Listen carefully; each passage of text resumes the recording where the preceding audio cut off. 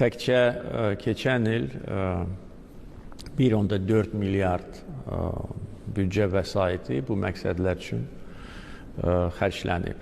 Yəni maaşlar, pensiyalar, müavinətlər müntəzəm olaraq artırılır, pensiyalar indeksləşdirilir. Əlbəttə ki, istərdik ki, daha da çox olsun, amma bir atalar sözü var, gərək ayağını yorğanına görə uzadasan. Yenə də deyirəm, biz heç vaxt populizmlə məşğul olmamışdıq, heç vaxt həlli mümkün olmayan vədlər verməmişdik, heç vaxt gələcək nəsilləri borca salmaq üçün hardansa böyük məbləğdə pul alıb onu paylamamışdıq. Biz strateji inkişafla bağlı tam aydın mənzərəyə sahibik.